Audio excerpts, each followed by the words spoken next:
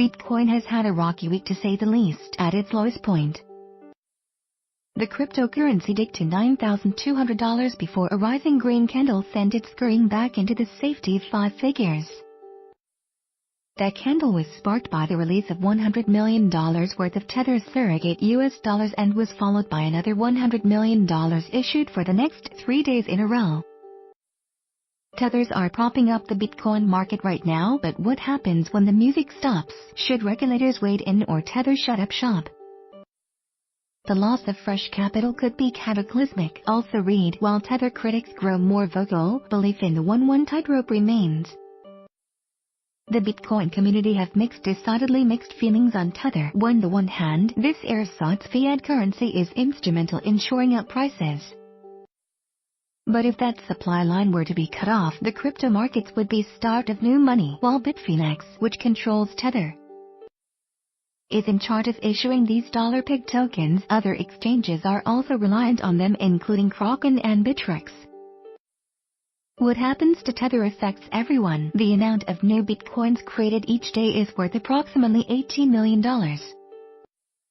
Miners need to sell most of these coins to cover their utility costs. This means that $18 million of new money needs to enter the markets daily just to maintain current prices. Given that $400 million of Tethers has been issued over the past 4 days, and yet the price of BTC has remained sluggish, this is alarming. If it wasn't for Tether's torrent of newly created cash, this week's dip would have cut deeper still. In the short term, the issuance of Tether serves as a form of quantitative easing that keeps the markets ticking over, even amidst negative news and regulatory uncertainty. As one commenter pointed out, Tethers aren't really backed by USD fiat, but rather by confidence in Bitfinex itself. Similarly, the USD isn't backed by hard assets, but rather confidence in the US economy. What happens to USD if the Fed shuts off the insane volume of their printing press? So long as we collectively believe that Tethers are real, they are real, or at least as real as any other global currency that's magicked out of thin air, which has generally been the case ever since the gold standard was dropped. But what are markets if not manifestations of human psychology, global sentiment etched into every line, chart, and candle? No one at this stage realistically believes that Tether is receiving $100 million a day in customer deposits via its diminutive Polish bank and then converting these into USDT.